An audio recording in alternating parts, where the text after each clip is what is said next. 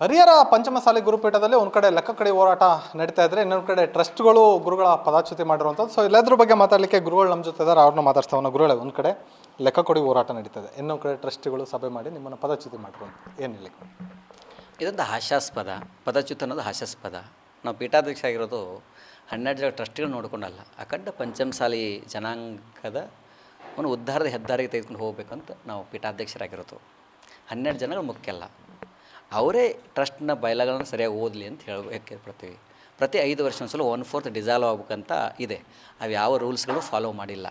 ಮತ್ತು ಮಠದ ಅಭಿವೃದ್ಧಿ ಕೆಲಸಗಳನ್ನು ಮಾಡಬೇಕು, ಶಿಕ್ಷಣ ಸಂಸ್ಥೆಗಳನ್ನು ಮಾಡಬೇಕು, ಶಾಖಾ ಮಠಗಳನ್ನು ಮಾಡಬೇಕು ಅಂತ ಹೇಳಿದ್ದಾರೆ. ಆದರೆ ಶಿಕ್ಷಣ ಸಂಸ್ಥೆಗಳನ್ನು ಈಗ ದಾವಣಗೆರೆಯಲ್ಲಿ ಹರ ಎಜುಕೇಷನ್ ಟ್ರಸ್ಟ್ ಅಂತಾಗಿದೆ. ಅಲ್ಲಿ ಹರ ಲೋಗೋ ಇಟ್ಕೊಂಡಿದ್ದಾರೆ, ಮಹಾಂತ ಮಹಾಸ್ವಾಮಿಗಳ ಹೆಸರು ಇಟ್ಕೊಂಡಿದ್ದಾರೆ. ಅದನ್ನು ಮಠದ ಅಡಿಯಲ್ಲಿ ಇರಬೇಕು. ಹೊರಗಡೆ ಜನಗಳು ಏನು ಹೇಳೋದು, ಮಠದ ಕಾಲೇಜ್ ಅಂತ ಹೇಳೋದು. ಆದರೆ ಅದು ಯಾರ್ದದು? ಅದು ತಮ್ಮ ಸ್ವಂತ ಪ್ರಾಪರ್ಟಿಯನ್ನು ಅವ್ರು ಮಾಡ್ಕೊಂಡಿದ್ದಾರೆ. 23 ವರ್ಷ ಆಯಿತು ಅವರು ದಾವಣಗೆರೆ ಜಿಲ್ಲಾಧ್ಯಕ್ಷರಾಗಿದ್ದಾರೆ. 23 ವರ್ಷದಲ್ಲಿ ಹೊಸ ಜಿಲ್ಲಾಧ್ಯಕ್ಷ ಆಗಲಿಲ್ವಾ? ಹೊಸ ಜನ್ರೇಷನ್ ಬರಬೇಕಾಗಿಲ್ವಾ? ಮತ್ತು ನಮಗೆ ಬರೀ ಶ್ವಾಸದಲ್ಲಿ ಒಂದು ಕಡೆ ಇರಬೇಕು ಅಂತ ಇವ್ರು ಯಾಕೆ ಬೇರೆ ಬೇರೆ ಟ್ರಸ್ಟ್ಗಳಿದ್ದಾರೆ? ನಾವು ಶ್ವಾಸ ಒಂದರಲ್ಲಿ ಇರಬೇಕು ಸ್ವಾಮಿಗಳು, 2 ಅಂತ ದೋಣಿಯಲ್ಲಿ ಇಡಬಾರ್ದು ಅಂತ ಹೇಳ್ತಾರಲ್ಲ. ಮತ್ತು ಇದೇ ಪ್ರಧಾನ ಧರ್ಮರ್ಷಿ ಯಾಕೆ 10 ಟ್ರಸ್ಟ್ಗಳಿದ್ದಾರೆ?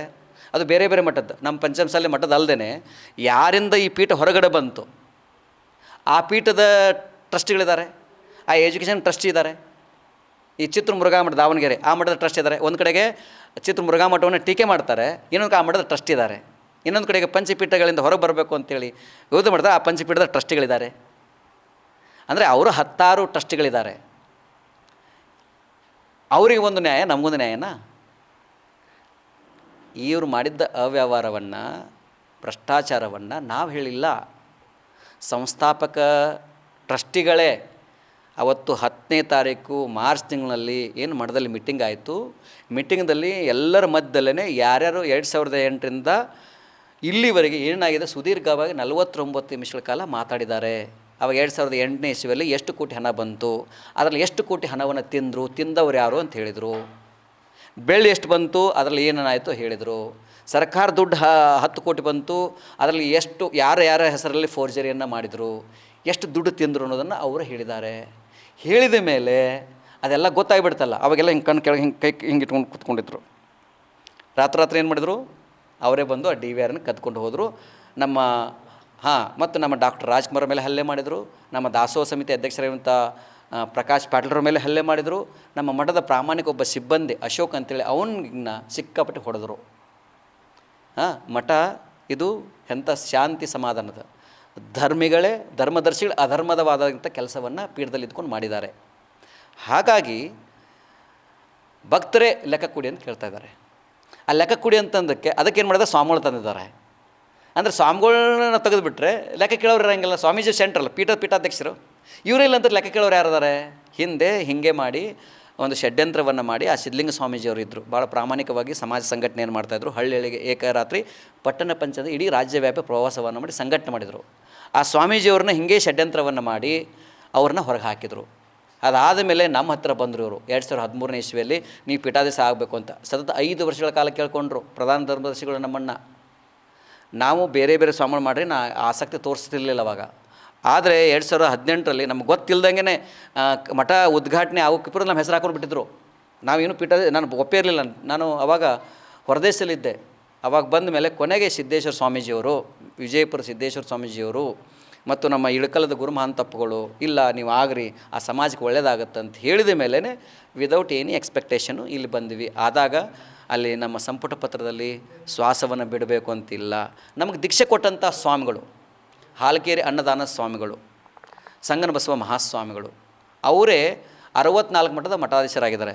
2 ಬೇರೆ ಬೇರೆ ಪರಂಪರೆ ಮಠಗಳಿಗೆ ಪೀಠಾಧ್ಯಕ್ಷರಾಗಿದ್ದಾರೆ. ಅವರೇ ಅಷ್ಟು ಮಠದ ನಂಗೆ ದೀಕ್ಷೆ ಕೊಟ್ಟವರೇ. ಒಂದು ಕಡೆಗೆ ಈ ಥರ ಇದೆ. ಕರ್ನಾಟಕದಲ್ಲಿ ಎಷ್ಟೋ ಜನ ಸ್ವಾಮಿಗಳು, ಒಂದೊಂದು ಸ್ವಾಮಿಗಳು ಎಷ್ಟೋ ಸಂಘ ಸಂಸ್ಥೆಗಳನ್ನು ರನ್ ಮಾಡ್ತಾಯಿದ್ದಾರೆ.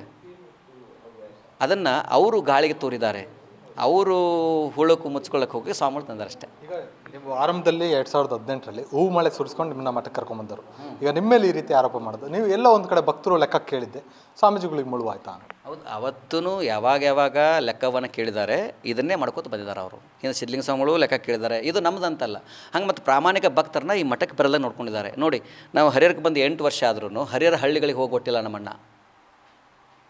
ದಾವಣಗೆರೆ ಜಿಲ್ಲೆಗೆ ಪ್ರವಾಸ ಮಾಡಿಲ್ಲ. ಈ ಜಿಲ್ಲಾ ಪ್ರಧಾನ ಧರ್ಮದರ್ಶಿಗಳಿದ್ದಾರಲ್ಲ, ದಾವಣಗೆರೆ ಜಿಲ್ಲಾ ಅಧ್ಯಕ್ಷ 23 ವರ್ಷ ಆಗಿದೆ ಅವರು. ಒಂದು ಹಳ್ಳಿಗೆ ಕರ್ಕೊಂಡು ಹೋಗ್ಯಾರ ನಮ್ಮನ್ನು. ಒಂದು ಮನೆಗೆ ಹೋದರು, ಅವ್ರ ಮನೆಯಲ್ಲೇ ನಮ್ಮ ಅಂತಜಾರ್ ಫೋಟೋ ಇಲ್ಲ, ನಮ್ಮ ಫೋಟೋ ಇಲ್ಲ. ಹೇಳೋದು ಆಚಾರದ ಬಗ್ಗೆ ಹೇಳ್ತಾರೆ, ಅವ್ರು ಏನು ಮಾಡ್ತಾಯಿದ್ದಾರೆ? ಆಚಾರ ಅಲ್ಲದ ಕೆಲಸವನ್ನು ಮಾಡ್ತಾಯಿದ್ದಾರೆ ಅವರು. ಎಲ್ಲ ಒಂದು ಕಡೆ ಪಂಚಮಸಾಲಿ ಮಠಗಳನ್ನ ಟಾರ್ಗೆಟ್ ಮಾಡ್ತಾಯಿದ್ದಾರೆ. ಅಂದರೆ ಒಂದು ಕಡೆ ಈಗ ಮೃತ್ಯುಂಜಯ ಸ್ವಾಮೀಜಿಗಳಿರ್ಬೋದು, ಈಗ ನಿಮ್ಮ ಮೇಲೆ ಈ ರೀತಿಯಾದಂತಹ ಒಂದು ಅಲಿಗನೇಷನ್ ಮಾಡಿ ನಿಮ್ಮನ್ನು ಪದಚ್ಯುತಿ ಮಾಡ್ತಾರೆ. ಎಲ್ಲಿ ಒಂದು ಕಡೆ ಸಮಾಜಕ್ಕೆ ಏನು ಸಂದೇಶ ಕೊಡ್ತಾಯಿದ್ದಾರೆ? ನೋಡಿ, ಅದನ್ನು ಸಮಾಜ ಇದನ್ನು ಗಮನಿಸಬೇಕು. 18 ವರ್ಷಗಳಿಂದ ಅವರು ಕೂಡ ಕೂಡಲ ಸಂಗಮ ಸ್ವಾಮೀಜಿಯವರು 2008ರಿಂದ ಇಲ್ಲಿಯವರೆಗೆ ಪ್ರಾಮಾಣಿಕವಾಗಿ ಸಮಾಜ ಸಂಘಟನೆಯನ್ನು ಮಾಡ್ತಾಯಿದ್ದಾರೆ. ಸಿದ್ಧಲಿಂಗ ಸ್ವಾಮಿಗಳು ಸಂಘಟನೆಯನ್ನು ಮಾಡಿದ್ದಾರೆ. ಅದು ಕೃತಜ್ಞತೆ ಇರಬೇಕಲ್ವಾ? ಈಗ ತಟ್ಟೆಯಲ್ಲಿ ಅವ್ವ ಅಡುಗೆ ಮಾಡಿ ಕೊಡ್ತಾಳೆ, ಭಾಳ ಕಷ್ಟಪಟ್ಟು ನಮಗೆ ಅಡುಗೆ ಮಾಡ್ತಾಳೆ. ಅಡುಗೆ ಮಾಡುವಾಗ ಎಲ್ಲೋ ಒಂದು ಕಡೆಗೆ ಅವಳು ಕೂದಲು ಬೀಳ್ತೈತಿ. ಆ ಕೂದಲು ಬಿದ್ದ ತಕ್ಷಣ ಕೂದಲು ತೆಗಿಬೇಕು, ಅನ್ನ ಚೆಲ್ಲೋದಲ್ಲ.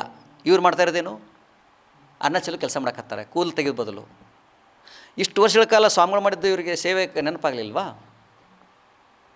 ಇದನ್ನು ಭಾಳ ಪ್ರಾಮಾಣಿಕವಾಗಿದೆ. ಒಬ್ಬ ಸ್ವಾಮಿಗಳಿಗೆ ಆಚಾರ ಅಂದರೆ ಏನು, ವಿಚಾರ ಅಂದರೆ ಏನು, ರೀತಿ ಅಂದರೆ ಏನು, ನೀತಿ ಅಂತಂದರೆ ಕಚ್ಚೆ ಕೈ ಬಾಯಿ ಗಚ್ಚಾಗಿರಬೇಕು. ಅದಕ್ಕಿಂತ ದೊಡ್ಡ ಯಾವುದೂ ಇಲ್ಲ. ಅದರಲ್ಲಿ ನಾವು ಭಾಳ ಗಟ್ಟಿಯಾಗಿದ್ದೀವಿ ಸ್ವಾಮಿಗಳು. ಈಗ ಭಕ್ತರಿಗೆ ಏನು ಸಂದೇಶ ಕೊಡ್ತೀವಿ ಗುರುಗಳೇ? ಈಗೇನು ಟ್ರಸ್ಟ್ಗಳು ನಾವು ಸ್ವಾಮೀಜಿಗಳನ್ನ ಪದಚ್ಯುತಿ ಮಾಡಿದ್ದೀವಿ ಅಂತೇಳಿ ಹೊರಗಡೆ ಭಕ್ತರು ಕೂಡ ಹೋರಾಟ ಮಾಡ್ತಿರೋಂಥ ಸ್ವಾಮೀಜಿಗಳು ನಿಮ್ಮ ಪರವಾಗಿ ಹೋರಾಟ ಮಾಡ್ತಾರೆ. ಸೊ ಇವೆಲ್ಲದರ ನಡುವೆ ಎಲ್ಲಿ ಭಕ್ತರಿಗೆ ಏನು ಸಂದೇಶ ಕೊಡ್ತೀರಿ? ನೋಡಿ, ಭಕ್ತರು ನಾವು ಆತಂಕ ಪಡೋ ಅವಶ್ಯಕತೆ ಇಲ್ಲ. ಭಕ್ತರು ನಿಮ್ಮ ಮಠ, ನೀವು ಬೆವರು ಸುರಿಸಿ ಅತ್ಯಂತ ಶ್ರದ್ಧೆ ಪ್ರೀತಿಯಿಂದ ಉತ್ತು ಬಿತ್ತಿ ಬೆಳೆದು ಮಠಕ್ಕೆ ದವಸ ಧಾನ್ಯಗಳನ್ನು ಕೊಟ್ಟೋದಕ್ಕೆ ಎಷ್ಟೊಂದು ಮಠ ದೊಡ್ಡದಾಗಿ ಬೆಳೀತಾ ಇದೆ. ಅದಕ್ಕೆ ನಿಮ್ಮ ಮಠ, ನಿಮ್ಮ ಪೂಟ, ನಾನು ನಿಮ್ಮ ಋಣದಲ್ಲಿದ್ದೇನೆ.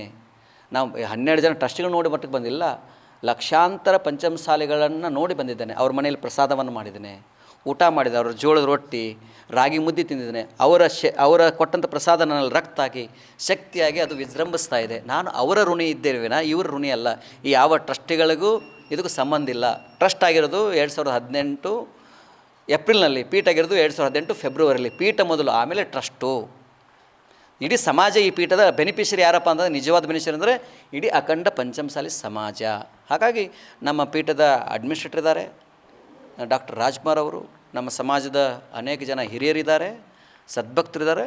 ಅವರಿಗೆ ನಾನು ಉತ್ತರ ಕೊಡಬೇಕೇ ವಿನಃ ಇವರಿಗೆಲ್ಲ ಅವರೇ ಭಕ್ತರು ಏನು ಹೇಳ್ತಾರೆ ಅದನ್ನು ಹೇಳ್ತೀವಿ. ಟ್ರಸ್ಟ್ ಬಯಲದಲ್ಲಿದೆ ಏನಿದೆ ಅಂತಂದರೆ, ಪೀಠದ ಆಡಳಿತ ಮಂಡಳಿಗಳಲ್ಲಿ ಇವೆಲ್ಲ ಸಮಸ್ಯೆಗಳಾದಾಗ ಪಂಚಮಸಾಲಿ ಸಮುದಾಯದ ಭಕ್ತರು, ಶಿಷ್ಯರು, ಸಂಘ ಪ್ರವೇಶ ಮಾಡಿ ಪೀಠ ಮತ್ತು ಸಮಾಜ ಹಿತದೃಷ್ಟಿಯಿಂದ ಸೂಕ್ತ ನಿರ್ಧಾರ ತೆಗೆದುಕೊಳ್ಬೇಕಂತಿದೆ. ಅದಕ್ಕೆ ಭಕ್ತರು ಈಗ ಬರಬೇಕು, ಬಂದು ಅವರು ಕೂತ್ಕೊಂಡು ಚರ್ಚೆಯನ್ನು ಮಾಡಿ ನಿರ್ಧಾರ ಮಾಡಬೇಕು. ಅಂದರೆ ಈಗ ಅವ್ರು ಮಾತಾಡ್ತಾ ಹೇಳಿದರು, ಗೌರವಯುತವಾಗಿ ಗುರುಗಳು ಪೀಠ ಬಿಟ್ಕೊಡು, ಅಂದರೆ ಇಲ್ಲದ ತೆರಳಬೇಕು ಅಂತೇಳಿ. ಈಗ ಗೌರವಯುತವಾಗಿ ಯಾರು ಕೂತ್ಕೊಂಡಾರ ಇಲ್ಲಿ?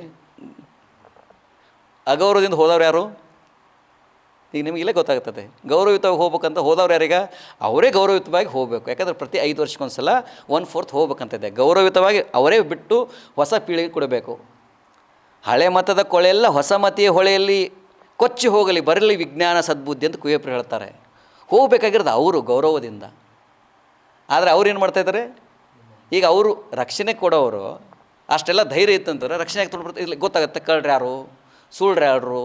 ಭಯ ಇದ್ದಿದೆ ನನ್ನಲ್ಲಿ ಕಾಣ್ತದ? ನಿಮಗೆ ಭಯ? ನನ್ನ ಮುಖದಲ್ಲಿ ಭಯ ಕಾಣ್ತದ? ಆತಂಕ ಕಾಣ್ತದ? ನಾನು ನಿರ್ಭಾವಕನಾಗಿದ್ದೇನೆ, ನಿಶ್ಚಿಂತವಾಗಿದ್ದೇನೆ. ಈ ಕ್ಷಣದಿಂದ ನನಗೆ ಇನ್ನೂ ಆತ್ಮವಿಶ್ವಾಸ ಹೆಚ್ಚಾಗಿದೆ. ಇದು ಸನ್ಯಾಸಿಗಳ ಈ ಥರ ಆಗಿರೋದು ವಚನಾನಂದ ಸ್ವಾಮಿಗಳು ಮೊದಲಲ್ಲ. ನಾನು ಕಳೆದ 36 ವರ್ಷಗಳಿಂದ ವಿವಿಧ ಮಠ ಪೀಠಗಳಲ್ಲಿ ಓದಿ ಬೆಳೆದ ಬಂದವನು. ಕರ್ನಾಟಕದ ಯಾವುದೇ ಮಠದ ಇತಿಹಾಸದಲ್ಲಿ ಈ ಥರ ಸ್ವಾಮಿಗಳು ಅನೇಕ ಕಡೆ ಆಗಿದೆ, ಅನೇಕ ಸ್ವಾಮಿಗಳು ಇದಾಗಿದೆ. ಕರ್ನಾಟಕದ ಯಾವುದೇ ಸ್ವಾಮಿಗಳು ನಾವೇನು ಫಸ್ಟ್ ಅಲ್ಲ. ಹಾಗಾಗಿ ಸಮಾಜಕ್ಕಿಂತ ಸಮಾಜವೇ ನನ್ನ ಸರ್ವಸ್ವ. ಸದ್ಭಕ್ತರೇ ನನ್ನ ದೈವ, ಭಕ್ತರೇ ಭೂಮಿ ಮೇಲೆ ಭಗವಂತರು. ಅವ್ರನ್ನ ಏನು ಹೇಳ್ತಾರೆ ಅದನ್ನು ನಾವು ಕೇಳ್ತೀವಿ. ಸೊ ಇದಿಷ್ಟು ಏನು ಗುರುಗಳ ಮಾತು, ಏನು 12 ಜನ ಟ್ರಸ್ಟ್ಗಳು ಏನು ತೀರ್ಮಾನ ತೆಗೆದುಕೊಂಡಿದೆ ಆ ತೀರ್ಮಾನ ಹಾಸ್ಯಾಸ್ಪದವಾಗಿದೆ. ಏನು ಭಕ್ತರು ಏನು ತೀರ್ಮಾನ ಕೈಗೊಳ್ತಾರೋ ಅದಕ್ಕೆ ನಾನು ಬದನಾಗಿರ್ತೀನಿ ಅಂತ ಮಾತನ್ನು ಕೂಡ ಹೇಳ್ತಾ ಇರುವಂಥದ್ದು. ಕ್ಯಾಮ್ರಾ ಪರ್ಸನ್ ಅಣ್ಣನ ಜೊತೆ ಪ್ರವೀಣ್ ಬಾಡ, ಒಂದು ಕನ್ನಡ ನ್ಯೂಸ್, ದಾವಣಗೆರೆ.